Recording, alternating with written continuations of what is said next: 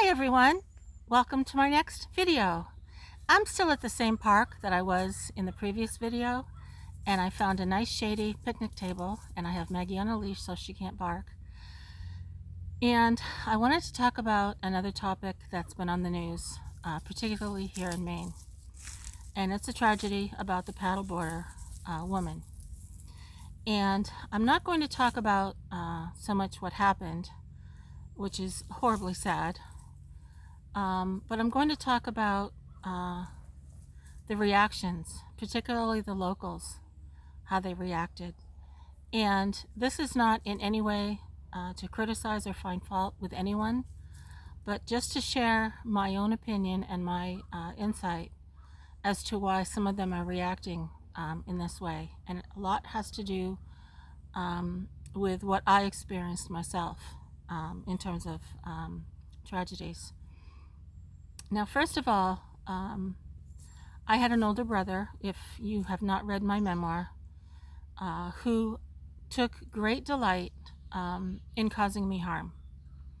Now, I don't know if that has a psychological term. I'm not a professional and I'm not qualified to come up with one. But my mother also had the same tendency, so I believe that was inherited. And the more I was in pain, the more he laughed. And he was that way throughout his life until I ultimately decided to stay away from him forever. Now, when I was in second grade, third grade, I had a best friend and used to spend a lot of time at her house. And I remember hiding with Sarah, my best friend, from her older brother in a closet. And I remember my friend, Sarah, who's my best friend, pulling me inside that closet and shutting the door and telling me to be quiet because Chris was looking for us. And I thought it was a game. But deep down, I knew how my own brother had been tormenting me. And I knew instinctively that that was going on with her. But interestingly enough, I never told her and she never told me. Now that has a lot to do with this woman here in Maine and what happened to her. And I'm going to get to that. My family had a lot of violence, yet my parents did not want anyone to know about it. My father was very successful in his business as a plumber. He was very well liked. He was actually a master at gosh, I forget what you call it. It's an ancient gathering of sorts for a very spiritual purpose. And I'm sorry, the name escapes me. The Masons is what it was. And he was extremely high up in that organization. Very secretive organization. And I never really understood what he did there. But he was highly respected in town. And he loved it. Yet my father never let on about what happens, or what happened rather, in our home behind closed doors. Now, I grew up keeping this all to myself until I finally wrote my book, I See the Elephant. But I learned that people do not want to, you might say, air their dirty laundry. Well, this is worse than dirty laundry. This is true violence at its extreme.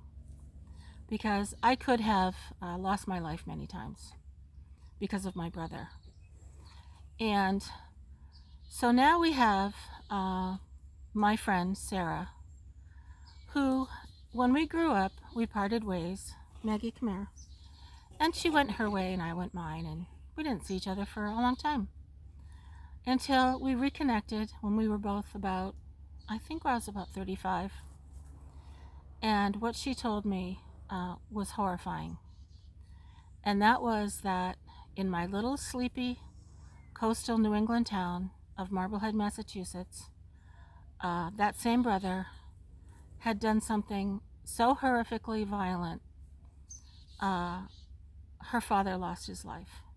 And I can't describe what happened on my channel, but I think if you Google Marblehead, Massachusetts in the 70s and look for a particularly violent crime, his name was Chris Brown and my friend's name was Sarah. And honestly, I wasn't surprised.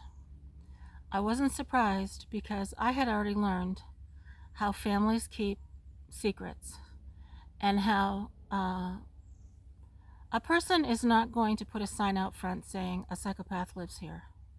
They're going to keep it secret and they're going to protect that family member, whether it's through denial, shame, embarrassment, whatever.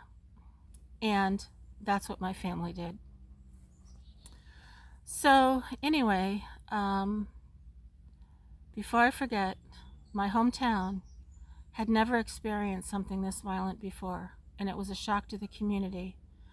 And it's my understanding that nothing that violent has happened since. Now this goes back to 1970 something. So what's that? More than 50 years? Longer.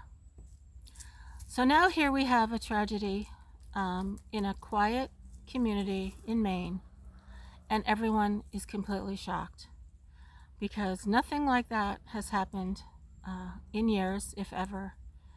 And this accused teenager acted completely normal in the campground and presented a facade that everyone completely felt comfortable with. And I have learned from my past that that is how they operate. And we like to assume that people are not capable of such horrendous acts. And just because we live in a quiet community, that means, supposedly, that we don't have to lock our doors and we don't have to ever fear this kind of thing happening. And that is the danger, because I know all too well that there is danger everywhere. And this type of thing happens every single day somewhere in the world.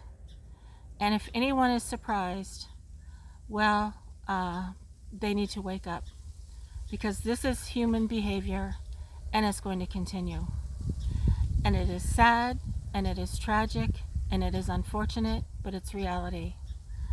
And so here I am in a small Maine town where there is very little violence, yet I live here with no fear, yet I live here with awareness that just because nothing has happened recently, or even for a very long time, that has no bearing on if it could ever happen. And just because you meet someone who is very friendly and outgoing, whether it's on the internet or in person, trust needs to be earned, and self-awareness is or can be a life-saving skill. And I don't mean this in the sense of being fearful, of being paranoid, of being over worried, but just to be educated enough to know that evil is out there and it will continue to be out there. And you can even reference past violent offenders who acted like they were the nicest people in the world. And those people are the most dangerous. And that's how my brother acted. And that's how I don't know much about this teenager who's been accused and arrested, but I'm willing to bet that the more about him that's revealed, that will be the case as well. That he was just a nice kid and nobody knew, and that's why everyone's so surprised. Now, I have since taken extra precautions for myself, which I should have done a long time ago, but now I feel better about it, because being aware is going to protect you. And not, again, to be fearful, but just to educate yourself and be knowledgeable. And if you do find that old incident in Marblehead, Mass, and I'm guessing it was in the 70s, I could be wrong, it could have been even in the 80s, I don't remember, but his name is Chris Brown, and he is serving life. And I have since lost touch with my friend. We just simply have very little in common these days. We were friends as kids, but I will never forget hiding in the closet with her, and in one sense thinking it was a game, but on a deeper level knowing there was something else going on because of what I was experiencing with my own brother. And I never told her, and she never told me. And I can't even say it in my video, what was going on with her. Kind of out of respect for her too. And I think as a society, we need to wake up and realize that just because things haven't happened recently in your area, that means nothing. What it means is you're not aware of what's happening in your area. You're not aware of maybe even your own neighbor, what's going on. And that's why so many people are so shocked and surprised when things like this happen. And I am not, because of what I experienced as a kid. So I hope this video is helpful in some way, not to be alarming, not to be frightening. Shippy's tired. We're going to have to walk back up this hill to go back to the truck. And